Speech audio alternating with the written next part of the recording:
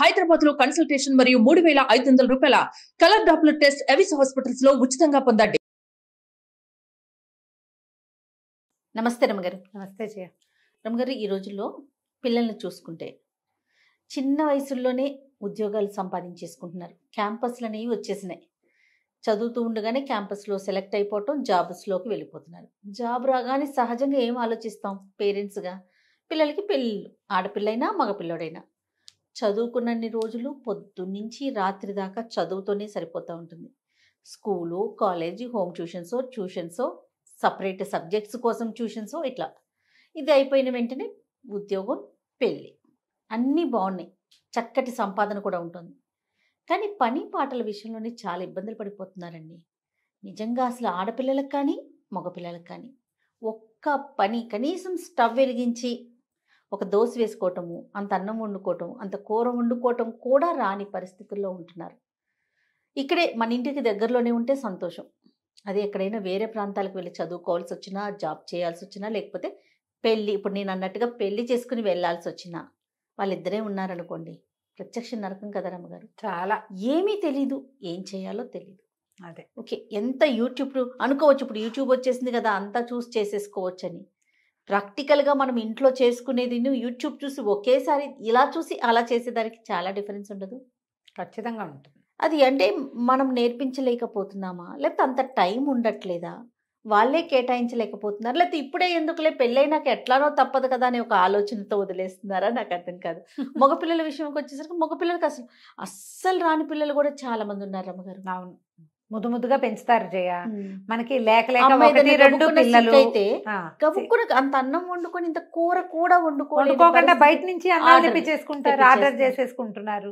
లేకపోతే ఏ చుట్టుపక్కల వాళ్ళు వాళ్ళని మోసేస్తారు కదా. చాలా ఇళ్లలో ఆడపిల్లలు ఉన్నా సరే నాన్నలే వంట చేసి పెట్టే వాళ్ళు కూడా కనిపిస్తారు. ఏంటంటే మనకి 1, 2, 2 పిల్లలు ఉండటము. ఇప్పుడు లేటెస్ట్ పెళ్లి చేసే పిల్లలంటే వాళ్ళ పేరెంట్స్ కూడా 2 ఉద్యోగస్తులై ఉండటము. ఏదైనా వంట మనుషుల్ని పెట్టుకోవటము, లేదా కూరలు తెప్పించుకోవటము, కూరలు బయట కర్రీ పాయింట్ల నుంచి వచ్చేయటము. ఇప్పుడు వంట ఒకటే కాదు జయ, రోజువారీ వ్యవహారం పొద్దున్నుంచి సాయంత్రం దాకా, రాత్రి పడుకునేదాకా మనకి అవసరమైన అన్ని విషయాలు ఎవరైనా ఎక్కడి నుంచైనా ఏదైనా ఏర్పాట్లు జరిగిపోతూ ఉంటే మనకి వాటి మీద డిపెండ్ అయిపోయి ఉంటాం. మనం ఇండిపెండెంట్గా అవ్వం. ఇప్పుడు స్నానం చేస్తారు, బాత్రూమ్ ఒకసారి ఒక చీపురు వేసి కడుక్కోవటం చేస్తారా ఎవరైనా? పిల్లలు పిల్లలు అంటారా? పిల్లలు చేయరు రమ్మగారు. స్నానాలు చేస్తారు, ఆ అండర్వేర్లు జాడి చారేసుకుంటారా? చాలా తక్కువ మందిని చూస్తాం. టవల్ ఆరేస్తారా? బాక్సులు కడుక్కోవటం, బాక్సులు సర్దుకోవటం, వాటర్ బాటిల్స్ లాంటివి నింపుకోవటం, తమ బట్టలు, తమ సామాన్లు అవన్నీ అరేంజ్డ్గా పెట్టుకోవటం, ఇవన్నీ మనం రేర్గా సినిమాలలో చూస్తాం. రెగ్యులర్గా అసలు జరగవు. తల్లులే చేసి పెడతారు. ఇంట్లో ఒకళ్ళు ఉంటారు కదా అమ్మగారు, జీతం లేని పని మనిషి అనుకోవాలి, అన్నిటికీ అమ్మా అంటే అయిపోతుంది. నా సాక్స్ ఏవి, నా చొక్కా ఏది, నా షూస్ ఏవి, నా అదేది, నా ఇదేది, అది ఎక్కడుంది, ఇది ఎక్కడుంది అంటే ఉద్యోగస్తులైన తల్లులు కూడా పిల్లల్ని మోస్తారు ఖచ్చితంగా. ఇప్పుడు ఇవాళ రేపు కొంచెం ఉద్యోగస్తులైన వాళ్ళు కొంచెం బెటర్గా ఉంటున్నారు, పిల్లలకి కొన్ని నేర్పిస్తున్నారని భావించాలి. కొంతమందికి నేర్పించబడుతోంది, కొంతమంది వాళ్ళ అవసరానికి వాళ్ళని. తల్లి ఉండదు, సాయంత్రం అయ్యేసరికల్లా వీళ్ళే పాలు వేడి చేసుకుని తాగుతారు, ఇంకేదో కార్న్ఫ్లెక్స్ వేసుకుంటారు, ఓ దోశ వేసుకుంటారు, బ్రెడ్ టోస్ట్ వేసుకుని తింటారు, ఆమ్లెట్లు వేసుకుని తింటారు, చూస్తున్నాం మనం. ఏవో తినేస్తారు. నీకు తినేయటం ఒకటి ఇంపార్టెంట్ పాయింట్. దీంతో పాటుగా తినేశాక దాన్ని సవరించటం ఉంది చూసావు, అది మెయిన్. కానీ తల్లులు ఏం కోరుకుంటారు? తింటున్నారా, ఓకే, ఆ టైంకి నేనున్నా లేకపోయినా కడుపు నిండుతుంది కదా. ఆ గ్లాసు ఆ సింక్ లో పెట్టటము, ఆ గ్లాస్ కడిగి పెట్టటము, ఆ ఆమ్లెట్ వేసుకున్నదో, ఆ దోశ వేసుకున్నదో, ఆ పెనం యథాప్రకారం ఏ ప్లేస్లో తీసారో ఆ ప్లేస్లో పెట్టేయటం, మిగిలిన దోశ పిండి ఎత్తి ఫ్రిడ్జ్లో పెట్టడం. ఎలా తమ వంటింట్లోకి ఎంటర్ అయినప్పుడు వంటిల్లు ఎట్లా ప్లాన్డ్గా ఉందో అదే ప్లాన్లోకి మళ్ళీ వెనక్కి తెస్తున్నారా, ఇది మనం నేర్పించాలి. ఇప్పుడు పిల్లలకి లైన్గా పనులు చేయటం వస్తాయి. చాలా రోజుల క్రితం ఒక ఆవిడ ఎప్పుడో మాట్లాడారు జయ నాతో, ఎప్పుడో ఒక 2-3 సంవత్సరాలైంది. ఈ అమెరికాలో అవి పంపించేస్తారండి, నన్ను అలాగే పంపించారు. చిన్నప్పుడు వంటింట్లోకి వెళ్తే మా అమ్మ నాయనమ్మ ఇప్పుడు ఎందుకు వంటింట్లోకి, హాయిగా చదువుకో, పెళ్ళయ్యాక చేసుకోవచ్చు పని అనేవాళ్ళండి. నన్ను ఏమీ చేయనివల్ల 21, 22 నా ఉద్యోగం వచ్చిన సరికల్లా పెళ్లి చేసేశారు, అమెరికా పంపించేశారు. ఏడ ఫ్రెండ్స్ గందరగోళం ఏమిటో, వాళ్ళందరూ ఏమిటేమిటో చేస్తారు. నాకు ఒక ముక్క రాదు, ఏమీ రాదు, నాకు ఏమీ రాదండి. ప్రత్యక్ష నరకం చూశాను నేను. రోజు ఏడ్చేదాన్ని. ఎంత అల్లారి ముద్దుగా పెరిగాను నేను. ఎంత బాగా చూశారో ఇంట్లో. చూసి నన్ను ఉద్ధరించిందేం లేదు వాళ్ళు. మా అమ్మని నాయనమ్మని తిట్టుకొని రోజు లేదని చెప్పారు నాకు. చూడండి, వీళ్ళ వల్ల కదా నేను ఇలా స్టూపిడ్లా అయ్యాను. ఇదేమిటి ఇంత దద్దమ్మలా ఉన్నాను, వాళ్ళందరూ బాగా చేస్తున్నారు, ఇతనేమో వాళ్ళు బాగా చేస్తున్నారు, నువ్వు ఎందుకు చేయమంటాడు. ఇంట్లో ఉంటాను, ఉంటే ఏమిటి నాకు రావాలిగా పని. వంట రాదు, పని రాదు, లైన్గా పని చేయటం అనేది ఒక స్టామినా. రోజంతా పని చేస్తూ ఉండటం ఎవరికి వస్తుంది అది? దేని తర్వాత ఇది చేయాలని కూడా ఇంపార్టెంట్ కదా. ఇది దీని గురించి ఒకసారి మాట్లాడాలండి. Yes yes. కానీ ఈ తరం పిల్లలు కొంత మీరు అన్నట్లుగా కొంత మారారు రమ్మగారు. ఎందుకంటే మా పింకి యూఎస్కి వెళ్ళింది కదా, అసలు వెళ్ళే వరకు కూడా ఇంట్లో ప్రతిదీ కూడా చేతికి అందించడం, నోటికి అందించటమేనండి. ఇప్పుడు వెళ్తే కుక్క పిల్లలు అనకూడదు కానీ ఎన్ని డిషెస్ అనుకుంటున్నారు రమ్మగారు. ఆ ఫొటోస్ చూస్తుంటే షాక్ అవుతున్నాం మేమైతే. ఏమిటి ఇవన్నీ వండేస్తాం, ఎలా చేస్తున్నావు అంటే మొత్తం మన వీడియోస్ అని చెప్తుంది. యూట్యూబ్ లో ఇప్పుడు ఒంటరిగా ఉంటే కొన్నాళ్ళు ఉద్యోగం కోసం శుభ్రంగా చేసుకునే పిల్లలు కూడా కనిపిస్తున్నారు. కానీ ఇబ్బంది కదా, ఇబ్బంది. ఫస్ట్ లో కాస్తంత ఇబ్బంది పడద్దు, దాన్ని ఎంజాయ్ చేసి చేయగలిగితే సంతోషం. అది ఇది పి సత్యవతి గారిని, రైటర్ పి సత్యవతి గారు. పెద్దవారు జయ 80 years ఉంటాయి. వారి కథలు భలే బాగుంటాయి. అందులో ఒక కథ రాశారు, ఒక రాజా ఒక రాణి అని. ఓ, దీనికి ఒక కథ కూడా ఉందా? భలే బాగుంది, ఇంట్రెస్టింగ్గా. అమ్మాయిని వాళ్ళ అమ్మ అది ఎప్పుడే ఇంజనీరింగ్ అయింది, కాలేజీలో చేరి అది ఆఫీస్లో చేరింది, క్యాంపస్ సెలెక్షన్. ఎంతో బాగుంది. అది ఫ్రెండ్స్తో మాట్లాడుకుంటుంటే పని పిల్ల వస్తుంది, జ్యూస్ ఇస్తుంది, జ్యూస్ తాగాక జ్యూస్ గ్లాస్ పట్టుకెళ్తుంది. వంట ఆవిడ వంటింట్లో వంట చేస్తుంది. పెళ్లి చూపులు అరేంజ్ చేసాం, నువ్వు రా, నీకు దీని దగ్గరికి బీరువా దగ్గరికి ఏం బట్టలు వేసుకోవాలో చెప్తానంటుంది వాళ్ళమ్మ. ఈ ఫోన్లో కబుర్లు చెప్పుకుంటూనే వాళ్ళ అమ్మ దేవతోటి వెళ్ళి రేపు పెళ్లి వాళ్ళు వస్తే వేసుకోవాల్సిన డ్రెస్సు, దానికి మ్యాచింగ్ నగలు, కావాలంటే ఇంకో డ్రెస్సు కుట్టిద్దాం, అన్నీ వాళ్ళ అమ్మే అరేంజ్ చేసింది. పెళ్లి చూపులు, పెళ్ళైపోయింది. పెళ్ళైపోయిన తర్వాత ఏమిటి ఇప్పుడు ఎవరైనా వస్తే ఏం బట్టలు వేసుకోవాలో అమ్మే చెప్పాలి. దాని మీదకి నగేం పెట్టుకోవాలో, చెవులకి ఏం పెట్టుకోవాలో, ఎలాంటి వేసుకోవాలో, చెప్పులు ఏం వేసుకోవాలో అమ్మే. వంటింట్లో వంట మనిషి ఉంది, పై పిల్లకి చిన్నపిల్ల ఉంది, పై పనులకి అన్నీ అది అందిస్తుంది. ఇది బొమ్మలాగా తయారైతే చాలు, దాని ఇస్త్రీ బట్టలు రెడీగా ఉంటాయి, దాని ఫుడ్ ప్లేట్లో రెడీగా ఉంటుంది, లంచ్ బాక్స్ రెడీగా ఉంటుంది, వాటర్ బాటిల్ రెడీగా ఉంటుంది, హ్యాండ్ బ్యాగ్లో కూడా వాళ్ళ అమ్మ ఎప్పటికప్పుడు డబ్బులు ఉన్నాయా అని చెక్ చేసి డబ్బులు పెడుతుంది. పెళ్ళయింది. పెళ్ళైతే ఓ రోజు రాత్రి అల్లుడు ఫోన్ చేశాడు అర్జెంటుగా. ఏంటండి మీ అమ్మాయి ఒక మాట విందు, ఎంతసేపు ఆన్లైన్లోనే ఉంటుంది, ఫోన్లోనే ఉంటుంది, ఒక పని రాదు, ఎంతసేపు ఏడుస్తుంది, ఇండియా వెళ్ళిపోతానంటుంది, ఇదేమన్నా బెజవాడ బందరా ఊరికే పంపించేసేయటానికి, అర్థం చేసుకోదు అని పెద్ద పెద్ద కేకలు పెట్టాడు. ఒక పని రాదు, ఏ పని చేయదు, ఎప్పుడు ఆన్లైన్లోనే ఉంటుంది అన్నాడు. కూతురుకి ఇచ్చాడు. ఇప్పుడు కూతురు ఏమైనా చెప్తే అల్లుడు వింటే బాగోదు కదా. ఎక్కడికి బోళ్ళంత ఖర్చు పెట్టాం పెళ్ళికి, కట్నం వద్దని బాగానే బోళ్ళంత ఖర్చు పెట్టించారు. కట్నాలు వద్దంటారు కదా, కట్నం వద్దు గ్రాండ్గా చేయండి అంటారు. ఇవాళ రేపు నేను ఇది అనుకుంటాను, ఓ 10 లక్షలు ఇవ్వండి అంటే 10 ఇచ్చి మిగిలినవన్నిటికీ కట్ చేయొచ్చు. ఇప్పుడు ఈ కట్ చేయకపోతే 10 కాస్త 30 అవుతోంది. అంతేగా, 30 అవుతుంది. అన్ని గ్రాండ్గానే. కట్నం లేదుగా, కట్నం లేదుగా, కట్నం లేదు, ఇదే పాట. కట్నం లేదు, కట్నం లేదు. కట్నం ఇచ్చిన రోజునే హాయిగా ఉందనుకుంటారు కొంతమంది ఫ్రెండ్స్ ఉన్నారు ఈ మధ్య, పెళ్ళిళ్ళే ఆడపిల్లలు పెళ్ళిళ్ళు చేసిన వాళ్ళు. కట్నం ఇచ్చిన రోజునే హాయిగా ఉంది, మేము ఇంతే చేయగలమండి అని చెప్పేవాళ్ళం. ఇప్పుడు వెళ్ళలేవు ఖర్చులకి. ఈ కూతురుతోటి మాట్లాడి కూతుర్ని, ఏమే ఎందుకమ్మా కాస్త పని చేయొచ్చు కదే, ఆ పాత్ర నేర్చుకుంటే. ఏం నేర్చుకోనమ్మా నేనేం నేర్చుకోను, ఏనాడైనా నన్ను ఏమైనా చేయనిచ్చారా? ఆఖరికి నా కాఫీ గ్లాస్ కూడా పని పిల్లే పట్టుకెళ్ళలేదు కదా. నాతో మీరు అడ్జస్ట్ అయ్యారు, ఇప్పుడు నేను ఎట్లా అడ్జస్ట్ అవ్వను ఇతనితోటి? ఎంతసేపు నన్ను పని మనిషిని అనుకుంటాడు, వాళ్ళ అమ్మలాగా చేయట్లేదంటాడు, కౌంటర్ శుభ్రంగా లేదంటాడు, బాత్రూములు కడగమంటాడు.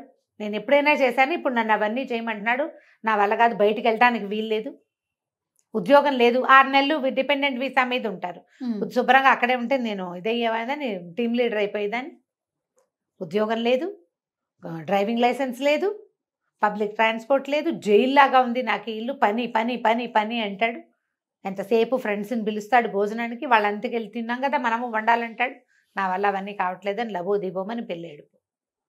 ఆవిడకి గుర్తొచ్చింది, తను ఉద్యోగం చేసే రోజున కూతురు పుడితే వాళ్ళ అమ్మ, ఇంత చంటి పిల్లతో నువ్వేం చేస్తావు, నీ దారి నువ్వు జాబుకు పో, పిల్లని నేను పెంచుతాలే అని చంటి పిల్లని 6 నెలలు ఉండి ఆ పిల్లని తీసుకుపోయింది వాళ్ళమ్మ. 10 ఏళ్ళు ఆవిడ పెంచింది. తర్వాత 13 ఏళ్ళు ఈవిడ దగ్గర ఉంది. అమ్మకు ఫోన్ చేసి నువ్వే చేసావు, దానికి ఒక్క పని రాదు అని పోటాడు. వాళ్ళమ్మని అవునే నాకు ఉద్యోగం సద్యోగం లేదు, చదువుకోలేదు, నువ్వు చదువుకున్నావు, ఉద్యోగం చేస్తున్నావు, నిన్ను ఉద్యోగం చేసుకొని ఇవ్వాలని నీ వెసులుబాటు కోసం నీ పిల్లని నేను పెంచాను. 10 ఏళ్ళు చిన్నపిల్ల నా దగ్గర ఉన్నప్పుడు నీ దగ్గరకు వచ్చాక పెద్దదైంది. నువ్వు అలాగే మెయింటైన్ చేసావు. ఇంట్లో వంట మనిషి ఉంది, పై పనులకి పని పిల్ల ఉంది, కొన్ని మిగిలిన పై పనులన్నీ నువ్వు సర్దావు. పిల్లకి నచ్చ చెప్పుకోమంటే ఈవిడ పోయి వియ్యపురాలకి ఫోన్ చేసింది. వియ్యపురాలతో మాట్లాడితే వియ్యపురాలు ఏరా ఏమిట్రా కాస్త ఆలోచించు, కొంచెం హెల్ప్ చేయండి. ఏం హెల్ప్ చేయాలమ్మా, ఇవన్నీ చేయలేకే కదా నేను పెళ్లి చేసుకుందంటాడు కొడుకు. అనేసరికల్ మరి పని చేయాలంటే నువ్వు చదువుకున్న పిల్లని ఎందుకు కావాలనుకున్నావురా అంటే ఏమో నాకేం తెలుసు, అన్నీ మంచివి, కాలేజీ ఇంటర్మీడియట్ కాలేజీ మంచిది మీరే సెలెక్ట్ చేశారు, డిగ్రీ ఇంజనీరింగ్ కాలేజీ మంచిది, ఇదే మంచిది అన్నారు, 4 క్యాంపస్లు వస్తే ఇదే మంచిదని ఓ క్యాంపస్కి పంపారు, 6 డజన్ కాలేజీల్లో సీట్ వస్తే ఈ కాలేజీయే మంచిదన్నారు, ఈ సంబంధం మంచిదని నువ్వు చెప్పావు, నేను చేసుకున్నా అంతే. నాకు కావాల్సినవన్నీ మీరు అవన్నీ సరిగ్గా చేసినప్పుడు ఇది కూడా సరిగ్గా చేసి ఉండాలిగా మీరు అనేసాడు. ఈ పిల్ల ఏడ్చుకుంటూ వాళ్ళ ఫ్రెండ్కి ఎవరికో ఫోన్ చేసింది. నేనేం చేయను, నాకు అర్థం కావట్లేదు, ఇది ఒక జైల్లాగా ఉంది, ఎంతసేపు పని అంటాడు, హెల్ప్ చేయమంటే ఇవన్నీ చేయకుండా ఉండడానికే నేను పెళ్లి చేసుకున్నానని చెప్తున్నాడు సిగ్గు లేకుండా.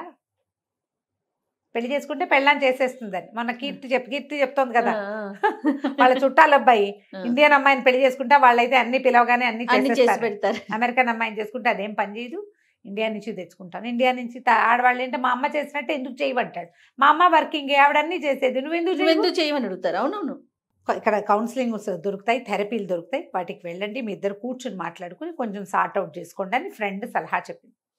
మన ఇళ్లలో ఇలాగే ఉంటుంది. ఈ పిల్ల చెప్పింది మా అమ్మ ఎక్కడైనా బిజీగా ఉన్నా మా వంట ఆవిడ రాపోయినా నేను మా నాన్న హాయిగా బయటకు వెళ్ళి తినేసి సినిమాలకు వెళ్ళి ఎంజాయ్ చేసేవాళ్ళం, వంట మనిషి రాకపోతే బయటకు తినచ్చని ఒక ఆసరా ఉండేది. ఇప్పుడు ఇక్కడ ఏంటి అన్ని మనుషులు నేనే అంతేగా, వంట మనిషి, పని మనిషి, ఇంకో మనిషి, క్లీనింగ్ మనిషి. కొంతకాలం గడిచింది, వీళ్ళు ఎలాగో అడ్జస్ట్ అయ్యారు. వీళ్ళకో పిల్ల పుట్టింది. వసుంధర గారు కూతురు దగ్గరికి తల్లి వచ్చి పురుడు పోసింది, పిల్లని నేను తీసుకెళ్తాను అని చెప్పింది. చెప్పేసరికి ఇంకో యువరాణిని తయారు చేయండి అన్నాడు అల్లుడు.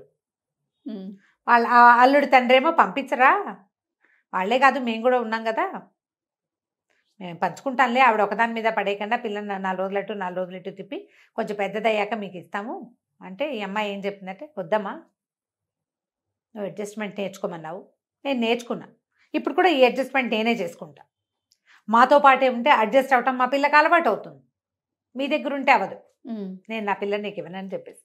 ఈ కొత్త డైలాగులకి తల్లి ఆశ్చర్యపోయింది. ఎందుకంటే జీవితంలో ఒకసారి కనుక మనం ముందుకెళ్తే మనకి తెలుస్తుంది. పెద్దవాళ్ళు ఏం చేస్తామంటే మనము పిల్లలకి చక్కగా ఉండటం, మేనర్సు గీనర్సు నేర్పిస్తాం కదా, నీట్గా డ్రెస్ చేసుకోవడం, బాగా కూర్చోవడం, కాళ్ళ దగ్గర పెట్టుకో, ఇలాంటివి చెప్తాం కదా. లైన్గా పని చేయటము, అడ్జస్ట్మెంట్ ఉండటము, లొంగి ఉండటము మనం ప్రాక్టీస్ చెయ్యం, ఇవ్వం మనం. వివాహం అనగానే లొంగి ఉండటం, ఆడ మగ ఇద్దరు కూడా ఎక్కడో చోట దిగటం, ఆగటం, తగ్గటం, లొంగి పని చేయటం, ఈ ప్రాక్టీసు కావాల్సిందే. దీనికి మొదట నో చెప్పటం నేర్చుకోండి. ఇది వరకు చెప్పాం మనం ఈ మాట. పిల్లలకి నో చెప్పాలి. వాళ్ళ చేతుల్లోంచి గ్లాసులు ప్లేట్లు తీసుకునే పనులు చేయబోకండి. తిన్న ప్లేటు ఎక్కడ పెట్టాలో అక్కడ పెట్టి తీరాలి. ఆ అమ్మాయి ఐఏఎస్ చదువుతున్నా సరే, ఎంబీబీఎస్లు ఐఏఎస్లైనా దీనికి ఇది కాదు. ఎవరైనా సరే ఎక్కడ కూర్చొని తినాలో అక్కడ తినాలి. ఆ తిన్న తర్వాత ఆ ప్లేట్ని ఏం చేయాలో అది చేసి తీరాలి. మీరు అలా చేస్తే కనుక మీ పిల్లలు చాలా హాయిగా ఉంటారు. సత్యవతి గారు ఆ కథ చదివాక నేను వారికి ఫోన్ చేసి మరి ఈ కథ చెప్తానండి అని అడిగాను. చిన్న కథే, 4-5 పేజీలది. ఎంత 2 పెద్ద పెద్ద జీవితాల గాథలు అవి. అంతే కదా, ఎంతమంది ఇట్లా సఫర్ అవుతారో జయ. అవునండి. పెళ్ళాం వచ్చి మా అమ్మలాగా అన్నీ చూస్తుంది. ఎలా చూస్తుంది? నీతో పాటే ఎల్కేజీ నుంచి అన్ని పోటీ పరీక్షలు రాసిన పిల్ల మీ అమ్మ ఎలా అయిపోతుందో చెప్పు. ఎట్లా అయిపోతుంది? అన్ని పోటీ పరీక్షలు, అన్ని చోట్ల కాంపిటీషను, అన్ని ఉద్యోగాలకి వెంపర్లాట, ఇవన్నీ నీతో సమానంగా చేసిన పిల్ల మీ అమ్మలాగా ఇల్లు గడగటము, వాకిళ్ళు గడగటము, వాకిట్లో ముగ్గేయటము, పువ్వులు కట్టడం రాదు మా కోడలకని ఒక ఆవిడ వెటకారంగా చెప్పారు. అదో పెద్ద బ్రహ్మ విద్య. రాకపోతే పోనీ, వరకు నేర్చుకునేవాళ్ళం చిన్నప్పుడు. ఎండాకాలం పువ్వులు కట్టడం నేర్చుకోవటం, ముగ్గులు వేయటం నేర్చుకోవటం, మెహందీ పెట్టడం, అవన్నీ నేర్చుకునేవాళ్ళం. ఇప్పుడు అసలు ఏవి పిల్లలకి, వాళ్ళకి ఇంట్రెస్ట్ ఉంటే నేర్చుకుంటారు, లేకపోతే లేదు. అవి వాటికంటే చాలా అవసరం ఏంటంటే రోజువారీ ఇల్లు నడిపే చతురత కావాలి కావాలిగా. అవునండి, అవి నేర్పించండి, ఆడకి మగకి కూడాను. డెఫినెట్. ఆలోచించండి ఇలాగా. రైట్ రామ్ గారు, నమస్తే. నమస్తే జయ.